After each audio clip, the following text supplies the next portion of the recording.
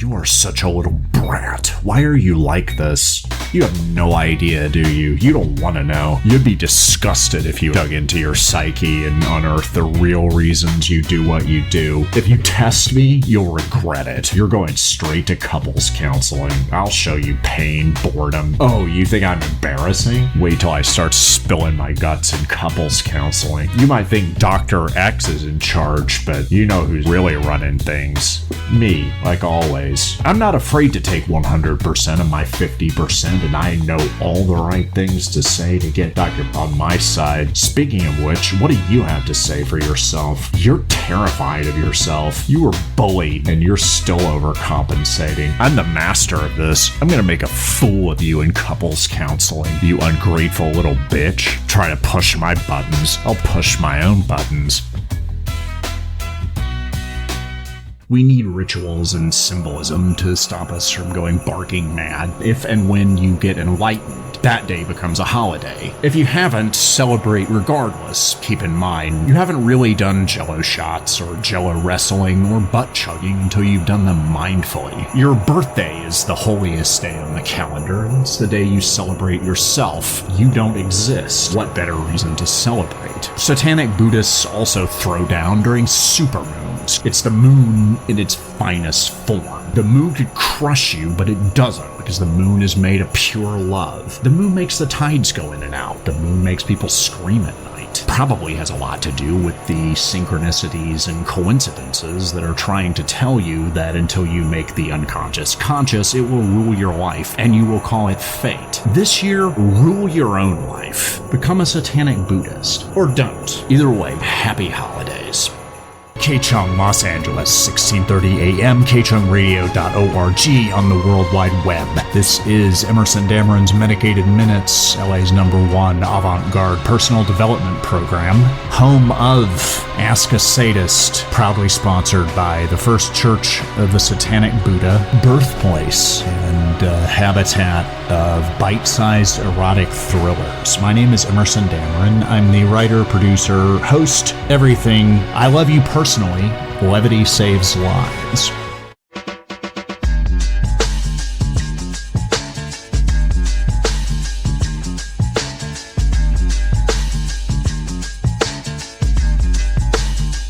Yeah, of course I don't trust anyone. Why ever would you ask? It goes without saying. People are not trustworthy. People lie, betray, and if they were completely honest, they would be thrown in jail or assassinated. Very little to gain from laying one's cards on the table. That's why I carry a fake set of cards. I lay those cards out on the table. I know what they are. I know the effect that they have. They are a distraction from my real hand of cards. It's ambiguous whether or not this violates the rules of card gaming. I make my own rules. Nostalgia is psychological quicksand. A little can be comforting, but a little goes a long way. And the end result of a nostalgia-based lifestyle is the atrophy of your ability to act, because you're not in the present moment, the only place worth swinging on the flippity-flop. It can lead to depression, can lead to bigotry even. If you start thinking that some time in the past was a better time, you lose sight of the fact that it was not better for everyone. For you, it was only better theoretically, because even if you were there, you are remembering it wrong. Having the experience of a memory is reconstructing your knowledge of a past event. That's why eyewitness testimony is bogus. We don't remember the past well. It takes a lot of energy to come up with those perceptions, and we need that energy here in the present. We've got big problems. I don't know if you noticed. There's no time to linger in the shadows where the hauntology is happening. Get your head out of your past. Let's kick some ass. What do I want out of life? Anything? I'd like a dump truck full of money to come up to my building on Fridays and give me enough money to provide for myself the things I need and want for my comfort. I want to make art. I want to make inscrutable art that no one gets and be under no pressure to be gotten because nobody's getting got. I just make art all day, and that's all I have to do from morning to evening. And then I rest get high, and enjoy myself. And other people enjoy my company because I'm much closer to happy than I ever thought I would get. In the meantime, as I mentioned, my bitterness will protect me. Mistrust is a must. I don't need any of people's crap. I just want to be left alone. I'm so very tired of all of this, and it doesn't stop happening. It just continues. Seems like perhaps indefinitely. All I want is to rest.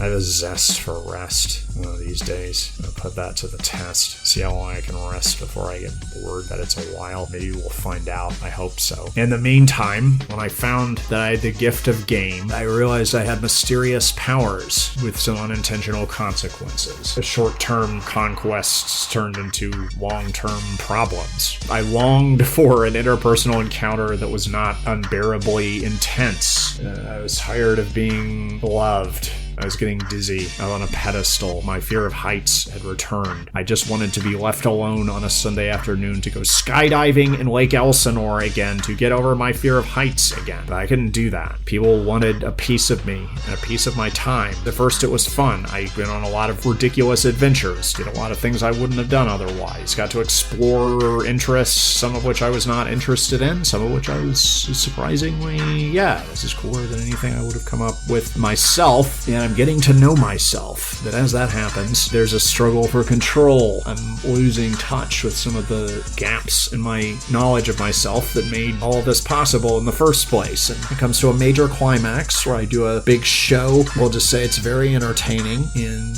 revealing, groundbreaking in some important ways, critically acclaimed. The fans went wild. I left it all on the field and retired. I've made myself scarce. I don't deal with relationships or even casual recreational hookup sex anymore. I mind my own business, alone with my thoughts, the final frontier of the human experience. Be comfortable with that as true peace. I'm not going to tell you where I am. It's beautiful. I'm going to keep it for myself. Thank you.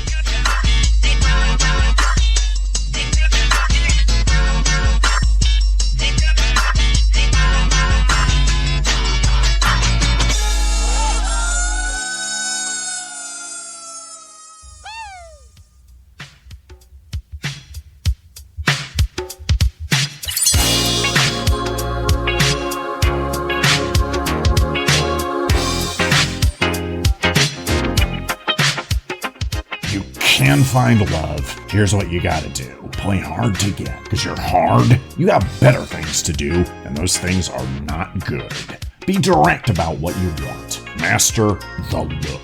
Practice in a mirror until you tear your own clothes off because you're irresistible and you want to ravish yourself. Then be yourself becomes good advice. Let them know what you want. Come in high.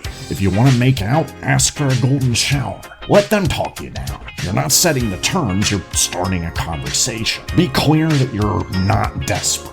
The best time to ask somebody out is while you're grabbing somebody else's ass. Because they asked you to. Make it clear you don't want to be a friend. Make them earn the sex and let them know the friendship is going to be a lot more expensive. Friends are down to die for you, and until they do, you're not going to take them seriously. When you get some love, you start getting some more. And when that happens, turn people down. That's the definition of success. Don't be too available. Have a life and let people know how good it is. If you have to, exaggerate. Focus on yourself. Heal, grow, improve. Practice the look until you can't be in the same room with a mirror without getting crushed out hot in the crotch, going buck wild and breaking the lease. Don't chase, attract. Push, pull, be polarizing, keep it real. And if none of that works, I'll go out with you. What are you doing this weekend? Don't ask people out on the weekend. That makes you sound like a loser. What are you doing Tuesday night?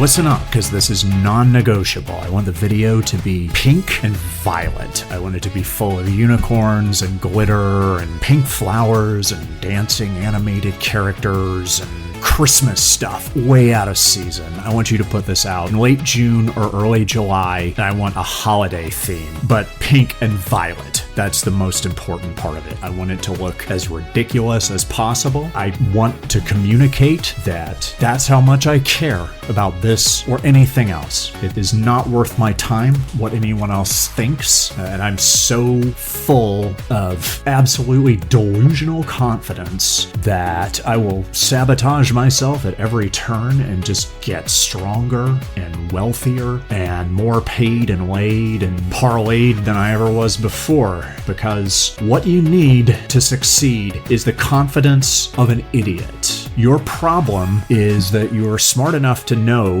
that you're not bulletproof, you can't do everything well, and you're gonna die eventually, and you want to forget all of those things. You want to imagine what it would be like if you just took a drug that made you dumber, and you could carry some of that around, maybe a bottle of spray that you could spray in your mouth, and then when you do that, you develop the belief in yourself of the dumbest person that you know. Someone who trips over their own genitals and just does not care. Make this a persona.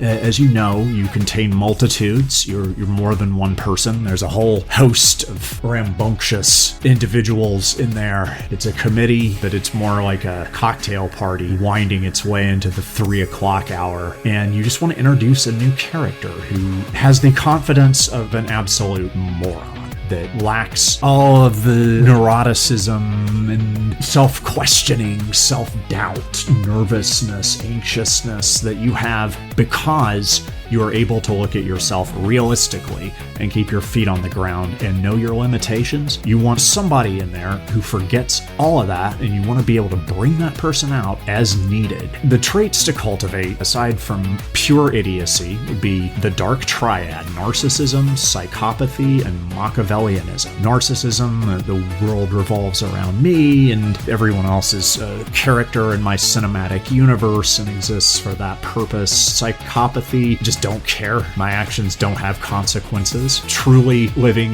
with the power of now, emphasis on the power. Right here, right now, is the only place a psychopath wants to be, because that's where the action is, and there's no history, and there's no tomorrow. And then Machiavellianism brings in some strategy in the most ruthless, nature is red and tooth and claw way possible. Scheming, playing a game of chess, but not by the rules, by your own rules, because you make the rules, because that's what reality is. It's what you believe it to be, and it's what you make it, and you can do that because of your delusional, insane, hallucinatory self-confidence that you can bring out not by request, because that's not what this is about. You're not a song and dance entertainer. You're not here for anyone else. This is about you getting what you want, not really caring if you do or not, doing what you want to do. It doesn't really matter what the outcome is, because that, my friends, is when you start getting everything you want. You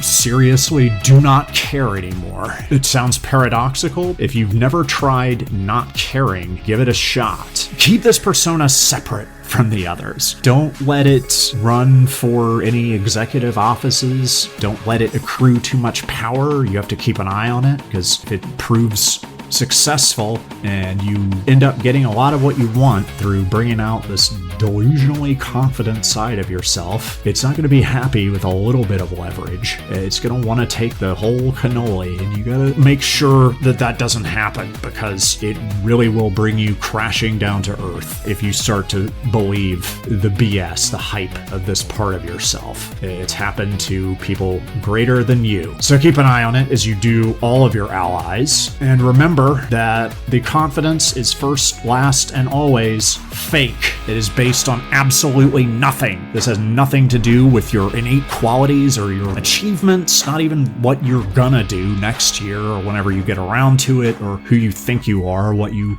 just know that you're capable of, and if everyone else could see it, they would feel the same way. No, this has to be complete BS, because nobody can take that away from you. If it's not real, it's not available to steal. Any criticism will just dissolve because this is on its own plane. This is not subject to the laws of physics, gravity, peer pressure, anything like that, because it's entirely fake. It's in your head. This is a superhero that you can bring on who turns your weaknesses into strengths. Just think of a rapper in a rap battle, or a comedian at a roast, or fending off a heckler. Just think of everything that somebody could throw at you, all the things that would be the most hurtful, and turn them around. Own it. It's actually good that I'm ugly. It's good that I'm an idiot. It's good that I'm in a debt spiral. All of these things are good. If I don't have any money, I don't have to worry about money, because I don't have any. If I'm ugly, I know you love me for me, and I can tell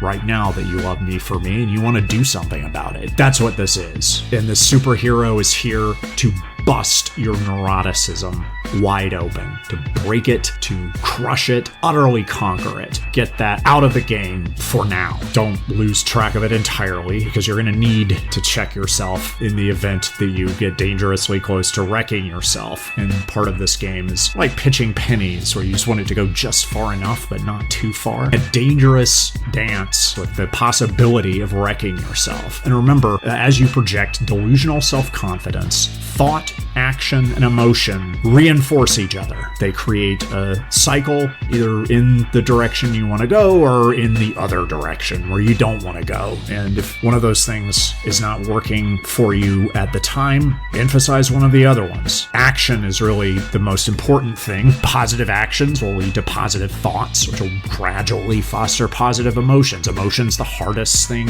to hack right away, because you know you're not going to fool yourself. You know what's really going on under the hood, all of your limitations, and you have all the information. You know yourself best, so of course you hate yourself in a way that no one else is capable of, especially if it's an ingrained habit that's going to be hard to break. So in that case, just do something. Take action. If you start having negative thoughts about yourself, just think about something else. Turn it around. What would you say if you believe the opposite of that? Create a character that believes the opposite of that. Be that character for a minute. Be the auteur of your inner experience, and you'll project that confidence out. Crazy confidence. Just think of any wacky scenario that you could find yourself in. If you're in a high-end hotel lounge, just think, I'm a wealthy, perversely successful, and lucky individual. And you don't have to get into by what metrics. Everyone has been smiled on by fortune in some way. And if you're there, it means you belong there. So project that outward as much as you can, and be prepared for people to test it and then turn that around. This is hard. Do it anyway. The next time you are talking to some sultry, sexy, attractive member of whatever persuasion it is that you find the most persuasive, or if you're interviewing for a job that you know that you're not qualified for, but you know one thing you are qualified to do is learn on the job and make it look like you know what you're doing, because that's what you get from practicing delusional, hallucinatory, possibly tragically ill-advised confidence that you always manage to swerve at the last second and win that game of chicken with death, because that's the kind of skills that you're learning here. If you're not afraid of it, see what it's doing, suss it out, gauge it out, make reliable predictions, and win.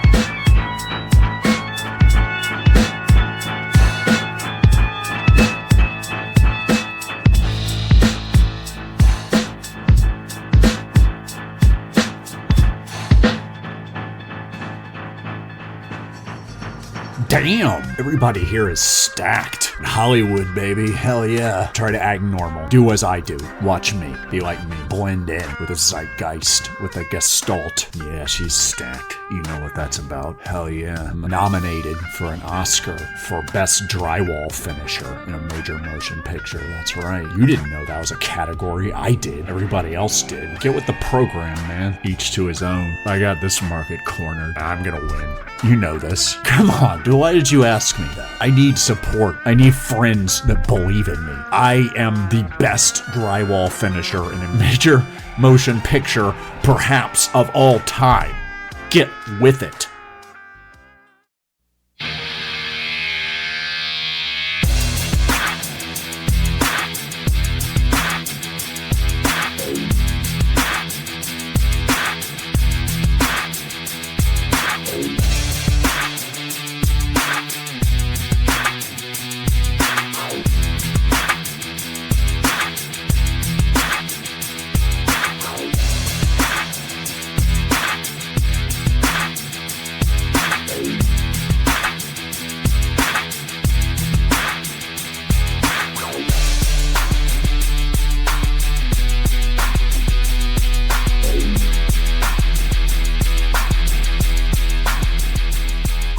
I get hot women. I always have. Used to not be exclusively hot women. I had to get through a lot of lukewarm, room temperature women to get where I am today. Stop taking it seriously. Get over any insecurities that I had. Be able to go up and introduce myself and then be pounding it out pretty soon after that. Recognize that none of this matters. I don't owe anybody anything. Nobody owes me anything. I don't have to take you seriously. And now I'm getting women really more than I can handle. About which more later, and they're smoking hot. Atomic explosions in female form. Mini skirts, they don't even need push-up bras. Wherever they go, it creates an explosion that takes out 3 city blocks. Seriously, dangerously, destructively sexy women. Banging bodies. When they walk down the street, they set off car alarms. Unbelievable. I've got as many of them as I can handle, and they'll do whatever I want. I like to watch them wash my car. I also like when they get my groceries or pick up food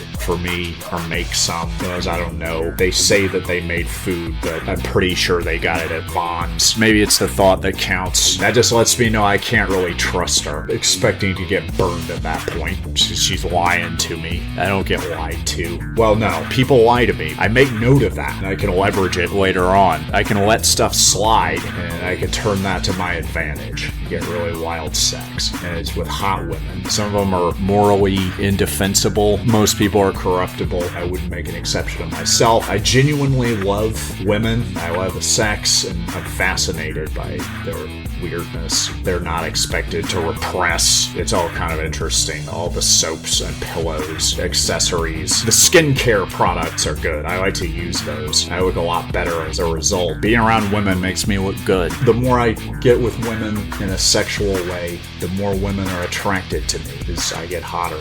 You can smell it. I usually don't go for relationships. I don't get pushed into anything I don't want to do. I let them do me favors, and I got it set up so that I'm not the one that's trying to get sex. I'm having all the sex I can take. Women like sex more than men do. Let them beg for it. If they don't want it tonight, I got many other options. I've got parades of hot women, revolving doors, women coming through day in and day out. I have to have threesomes and sometimes orgies just for convenience. That's the only way I'm going to get everybody into my schedule. I have backup dancers. I have a cheerleading squad that has pom-poms and uniforms in my favorite colors, and they do chants and cheers when I'm stepping into the ring with the boxer I've hired to try to come after me, to keep me on my toes, like Kato in the old Pink Panther movies. They were so hired to try to kill him. Everyone should have an assassin on their trail, or a prize fighter that's trying to knock him out, and that's how I keep my libido in effect. But I can't compete with some of these women, especially not with all of the women that I gotta sleep with. The sex when I have it is, of course, off the charts, and it's pretty frequent. frequent. I know one woman can get me hard thrice in a day, at least a couple of times a week. That's how often I see her. Thought about getting serious with her just to see. I'd like to come 3 times every day for the rest of my life, but I'm getting hot women. Right now, the level of hot women I'm getting is slightly over where I'm comfortable with the project management aspect of it. So I'm trying to share the wealth, and I'm going to talk about that soon. I'm not going to settle down either, despite my curiosity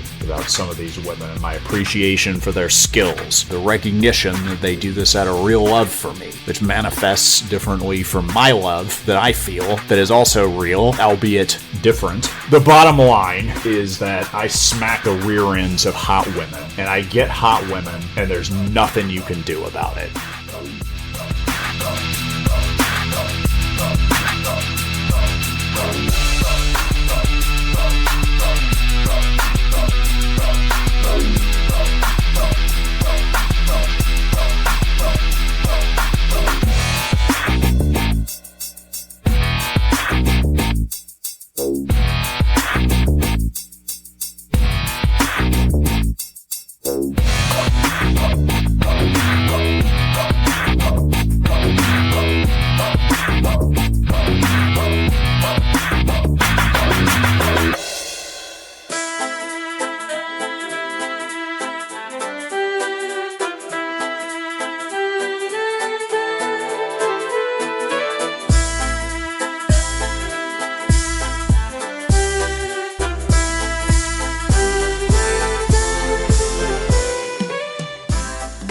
I stand upon the edge of oblivion, a trembling sojourner in the labyrinth of my own demise. And yet, within the echo of every silent regret, I taste the bittersweet dregs of squandered hope. Can you not see how the fractured shards of yesterday gleam in the cruel light of a destiny unchosen? Every syllable that escapes these quivering lips is a symphony of the promises that died before they even dared to be. Oh, how the scorn of fate mocks my futile entreaties. I am the collateral in a war between despair and delirium, a puppet whose strings are severed by the indifferent hand of time. I spit defiance at the heavens even as I drown in the shallow deluge of remorse. But dare I laugh at this grotesque masquerade, for in the theater of my failures I have played every role. The martyr, the villain, the forsaken anew. And in each guise, humiliation is my only constant partner. And yet, I find a perverse solace in the annihilation of my ideals, for even in ruin, there is a truth too savage to dismiss. I am both the architect of my despair and the hapless muse of its cataclysmic symphony. Listen to the erratic heartbeat of my existence, a rapid staccato, a lingering adagio, a crescendo that leaves me breathless and broken. Every moment is a duel between hope and the abysmal abyss, and every word, a dagger in the fabric of my sanity. I am condemned to dance, a marionette in the theater of my own humiliation. Let the world bear witness. In the ruins of my shattered self, I find not redemption, but the eternal allure of my disgrace.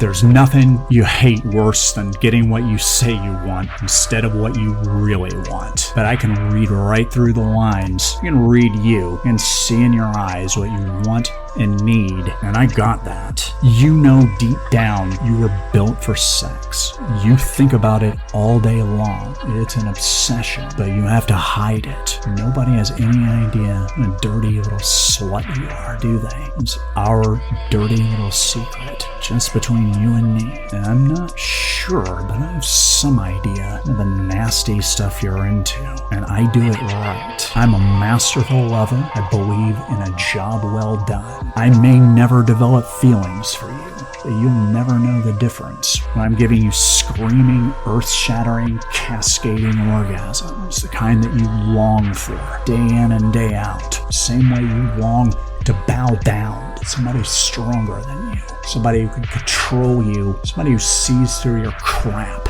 and puts you in your place where you so desperately long to be. You have to be in control all day long. So much responsibility. There's no play, no fun in life. You miss playing hide and seek. You would hide very well because you're so competent and intelligent and you're good at what you do. And you take pride in it, as well you should, but you want to be found. You want to be punished. And after you get that screaming, big bang tidal wave of an orgasm, you are mine, and you're gonna do whatever I want, however I want.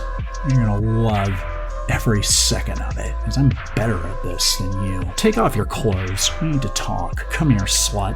Yeah, you came right over here, didn't you? You know what you're really good at. I'm about to find out. Show me what you were born to do. Nothing that feels better than doing things in nature's way. Close your eyes. I want to play. I don't trust you to keep your eyes closed, so I'm going to put on this blindfold. Shut your dirty whore mouth. You're a noisy little thing, aren't you? Shut your dirty whore mouth. You want everyone to know what a stupid slut you are. Shut up. Stop moving. Don't do anything without my permission. Don't forget. I'll rail you whenever I want, however I want, because that's what you want. No one hurts you but me. Nobody's coming to save you either, bitch. I can keep you safe. You're all afraid of me. Want to make a deal with the devil? Good. Take off your clothes, get in bed. Do exactly what I say. I control you, command you, dominate you, and use you. And then I hold you, kiss you, make you feel loved, loving, safe, special. This is how I screw you until you're screwed forever. Destroy you, heart, mind, and soul. This is how I protect you. This is what you need. This is what you want. This is how you serve me. This is what you were born to do. Now take off your clothes, get in bed. Good. Put your mouth here. Now here.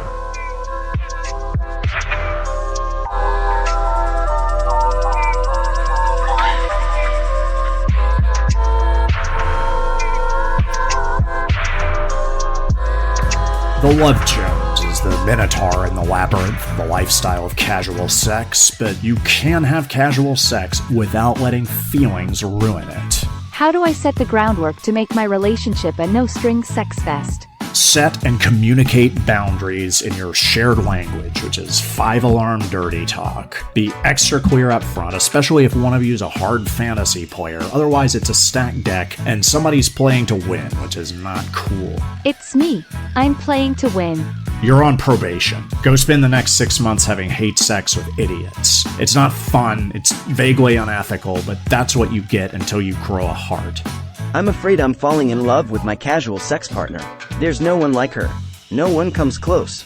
Get her off the pedestal. It's dehumanizing. She'll resent you for it because she knows she's awful.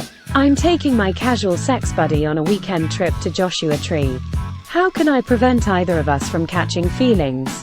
Limit intimate moments. Remember, you're there to pound it out, not cry it out. What if he brings up his dead uncle again? Clown him about it relentlessly until the day he dies.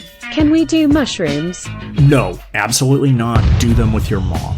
Help, I'm no good at this. I can't keep it casual because I'm a basket case with too many feelings. You can keep it casual. It just takes some practice. Get support from your friends and have sex with them. Get involved in different activities with different social circles of people who don't know each other and have sex with them. Talk to strangers and have sex with them. When you catch feelings, learn to release them. Casual sex can be a playful journey of pleasure and fulfillment.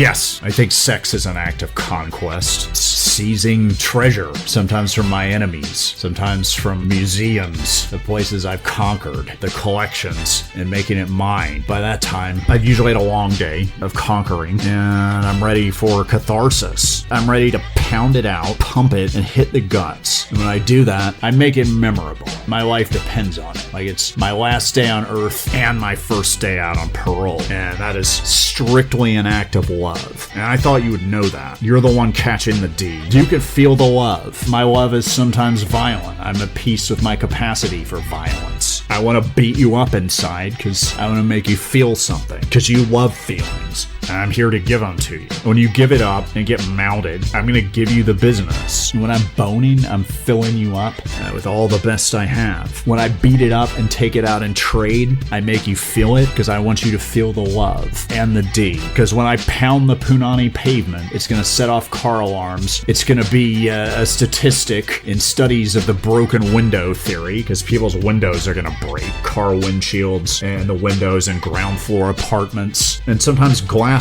because that's how I hit it and I knock it out. And when I give you the hot beef injection, you're gonna feel my life force inside of you. But don't worry, I'm the pull-out king. I know you get moody on birth control and your antidepressants kill your libido, so you end up not taking anything. And I like it all natural and raw, of course, when I blaze. And when you get railed, I'm guessing you agree. The whimpers and moans don't lie as far as I can tell. And I want you to get screwed and stay screwed and be screwed by me for the rest of your life, but I'm not going to screw you over. I'm not going to come inside you. You're going to get rolled on. I'm going to knock it out, but not knock it up. It will be pure love, and it will be my act of domination, perhaps degradation, because I will put you in your place where you long to be, and then you can go back to having people take you seriously, which is a bit of a joke to me, but that's okay. I like to laugh. I have a sense of humor that's omnipresent. It's hard for me to take anything seriously. That's the king level that I'm on, the ace level,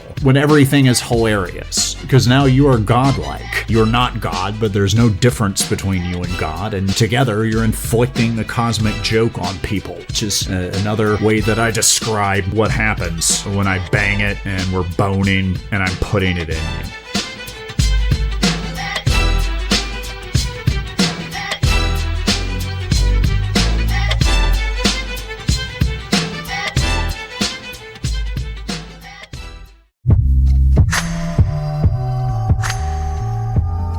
That pretty much covers everything. Life is full of surprises. If there are no surprises, that itself will be a surprise. And you can take Uncle Emerson's word for that. Also, don't get in relationships. Relationships are awful. There's never been a good one. Almost all of them end in bitterness and disappointment. Ones with the people that claim to be happy, they're either secretly miserable or they're the most boring people on Earth. We evolved to live differently, and that's why so many of us are leading these sleazy double lives. And if you don't cheat, your life is pretty miserable, and you're gonna be angry when you die because you wasted so much time on a miserable relationship that you really didn't want to be in. You're going to get sick of each other. The things that turned you on in the beginning, you're going to resent very, very deeply. The more time that goes on, the more there is unsaid. The more you get into the patterns, the little well-worn grooves, the less you're going to care about impressing the other person. Most of us are really at our best when we're trying to impress someone. If someone is pretending to be something they're not, probably doing you a favor, perhaps putting on a good show. You should applaud and watch and hook up and then never talk to them again. You want to stay out of relationships, regardless of what you call it, to be with someone. I had someone who decided we were going to be in a relationship and got really upset when I told her we weren't and we hadn't slept together. I specifically avoided letting that happen. She tried to set it up. Probably wasn't going to happen anyway. She wants to get in a relationship before the sex happens. That's not how it goes with me. I'm not going to commit to someone anyway, but if I did, I'd want to know what the sex is like first. If there's bad sex and you've already established rapport, you wasted your time. And most of the time, the sex isn't that good. Sex is everything. It's the force of creation itself. It is life. It is God. It is also somehow overrated. That's how screwed up we are about sex in this country. That's because really good sex is very rare. When you have it, you should not try to hang on to it because that's just going to kill it. To put a name on something like Louis Armstrong said of jazz, it is dead. All things are impermanent and should be treated as such. That means promptly released. Do not get stuck. Do not try to do the same thing over and over again. Do not do cover songs of your old hits. You're not the same person you were when you wrote those. And if you're in a relationship, you're not the same person you were when you got in the relationship. Allow the change to happen.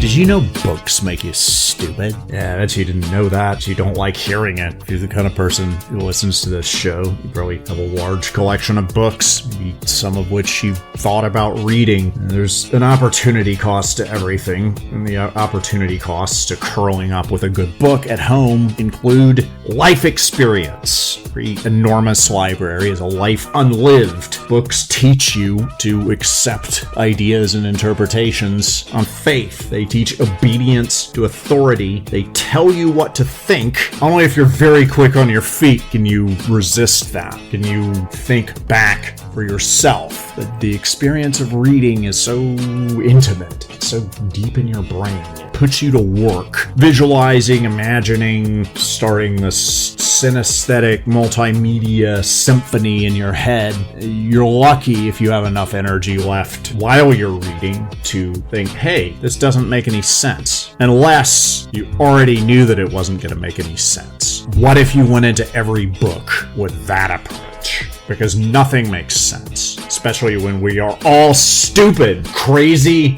and hypnotized. Most people spend their entire lives walking around in a walking daze. Everyone is always hypnotized at all times, at least a little bit. Reality is a controlled hallucination. We only perceive my extremely accurate scientific measurement with the advanced granular tools that I have. Down to 3 digits after the decimal point would be 3% and change of what we experience is quote unquote real. The rest of it we make up to align with our assumptions, our experiences, unconscious patterns. They're pattern matching machines primed and designed and evolved to survive, not thrive. Remember, survival is a lagging indicator of adaptation to a particular set of circumstances. What fed your genes into the next generation, a lot of it's not true anymore. Things have changed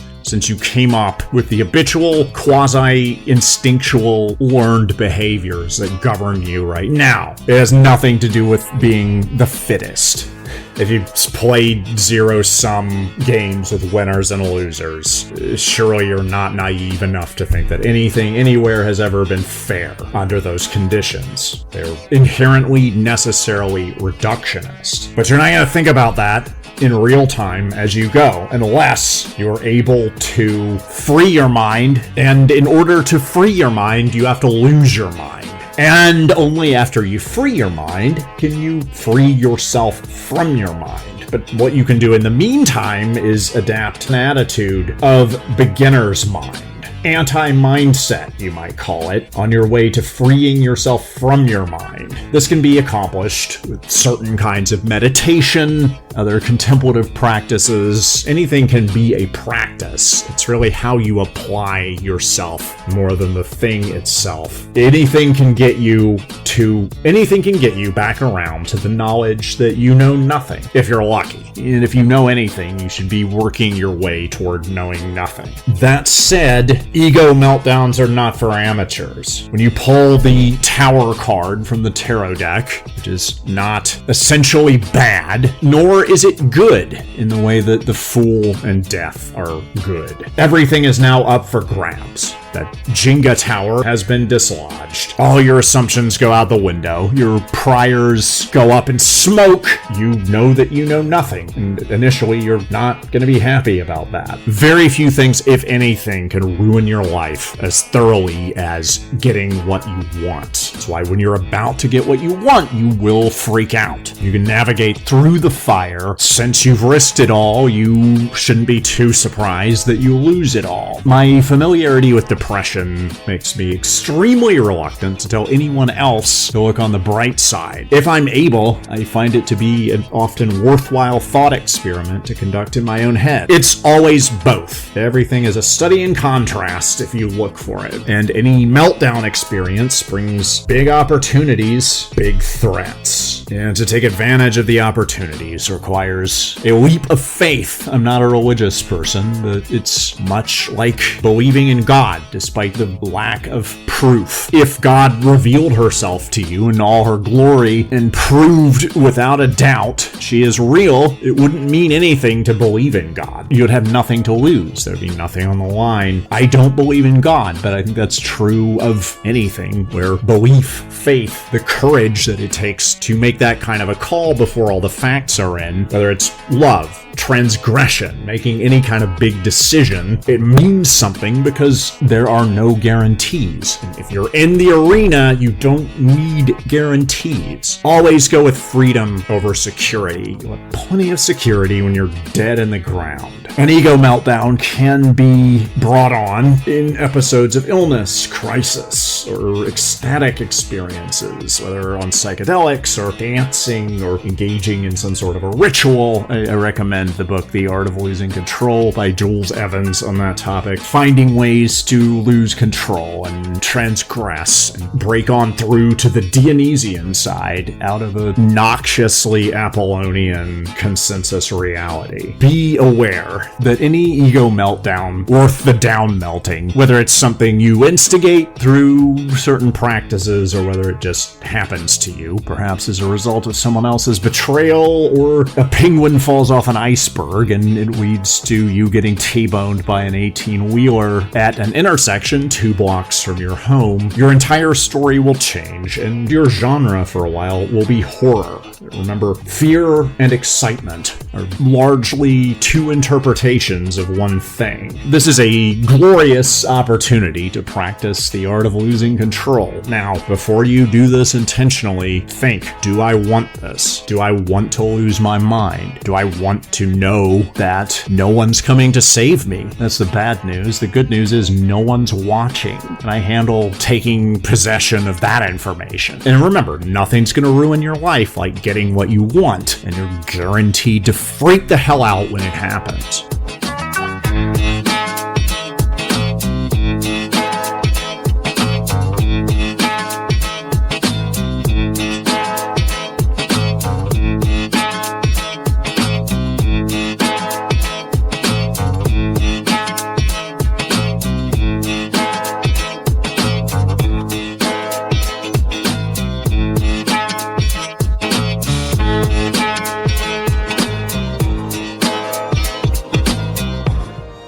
You're doing better than you think you are. That's how I see it. Slightly better. Not dramatically. You're not too far off. You're not totally lacking in perceptive abilities, but you sell yourself short. And sometimes you're the last to know when you've made real progress. Start meditating again. again. You can do it. I know there's a lot of resistance to it. Life seemed more convenient when you stopped. It's really not a nice to have. It's absolutely necessary, and now you know what it's like to not do it versus to do it. When you were doing it, yeah, you were kind of awesome, like stoned in the best way. This is the missing piece. You shrugged it off and pouted when you got your heart broken. I'm sorry that happened. It wasn't your fault necessarily, not entirely, and you certainly owned your part of it thoroughly. You know, it was part of something that happens sometimes. You do get caught in vicious cycles. What I have seen happen is that you throw up your hands and stop taking care of yourself because you want somebody to come save you, and nobody is going to, which you know. You're skeptical about human nature enough to know that nobody's going to save you, which does not at all mean that you're hopeless, because you have this amazing reservoir of untapped self-care ability that you started to get into a little bit on the retreat. So get back into that. Meditate every day. Just do it. You can do it. And take care of yourself. Take care of yourself in general. However you can. Whenever you're not thinking about something else, that you're always going to be thinking about something else. But just every now and then, maybe set an alarm, set a chime, have it remind you to ask yourself, what can I do right now to take care of myself? You're good at it. It helps. It's your job. You want to take care of yourself as though you were someone whose care you were responsible for, because really in the end, that's the case, especially if you shut out the world, as you tend to do. That's not great. Part of self-care is probably opening up a little bit and letting people in and reconnecting with people who care about you. Every now and then people are going to let you down. That's what they do. We're the only species that's not being the best it can, I think, it seems to me. As we're burdened with consciousness. We make fools of ourselves because of that. But you can afford to open yourself up a little bit more than you have now, than you are currently open. Take some interpersonal risks. See what happens. Shake it off if it doesn't work out. I know the way you're playing this right now is you only want true players, fans, ride or dies, people who love you and love your work and don't question it, and if they do want to collaborate with you, it's totally as a peer, and they totally respect you and they want to get involved in your world on your terms, and maybe they will and maybe they won't. You'll let them know that if they do, they can't expect dinner at Burger Lords. Maybe they'll go ahead and do it anyway and then resent you later for letting them down and not giving them what they said they didn't want in order to get in your pants. But you know, people are disappointed. Risk disappointment. Be willing to be disappointed. See how it goes. You really need to get back out in the field. Life is your laboratory. You've got a lot of painful beliefs that could use testing and disproving. You're afraid of getting hurt again. Totally makes sense. You're afraid of getting rolled and having somebody else take over your life and then your heart is broken. Or somebody else decides that they want a relationship and then you just kind of go with it. Of course, it's what you want or what you think you want, but how can you get around that? How can you break that pattern, break that cycle? You know how to do it. Your body knows how to do it. Forget you forgot how to do it. Bone up on the how-tos. Go out, get in trouble. Risk overconfidence. Put yourself out there in a sexual way. People can handle it. See what happens. Accept rejection. They don't know anything about you. It's not a referendum on you. You just met up, or you're getting out of your own tiny little world a little bit. I advocate that. Regardless, live in the flow, in the flux, in the liminal weirdness. Be a character in a surreal story that you made up. Enjoy this. Life is strange, especially right now. Usually you're not aware of how strange it is because there's too much else going on. Right now, the weirdness, the absurdity, it's all right there. And yeah, it's scary because you know that there's no certainty. Normally there is no certainty, but you're not actively aware of this. Live in the flux. You're fucking in the flux. It's the place to be for you. You got the skills. You're primed to succeed in the flux. It's kind of like the episode. Well, no, it's not like that. Yeah, forget about that. As long as you're in the flux, make the most of it. Doesn't matter if you have to leave LA. I will miss you. I can't leave. I'm the guy right here, right now. Those limitations allow me to have these kind of low-swinging opinions. I like to think it's of some use, but I wouldn't know what to do outside of this context. You're on your own. I would just hold you back. You gotta get out there and play with others. Play well. I want to hear some leash-breaking orgasms in the wake of your travels. Don't care how far you go from LA. I want to hear it. And have a good time, regardless. You might as well. Whatever you're doing, there's a way to have a good time with it. I would take that way if you can find it. You usually can. It's usually one of the easier paths. One of the sometimes more intuitive ones, or at least pretty obvious that you can relax Relax, breathe, and perceive. Have a good time. It beats the alternative. K Chung, Los Angeles, 16:30 a.m. kchungradio.org. Emerson Dameron's Medicated Minutes. LA's number 1 avant-garde personal development program. Home of the First Church of the Satanic Buddha and bite-sized erotic thrillers. Improve yourself before everybody else does. That's kinky. Levity saves lives.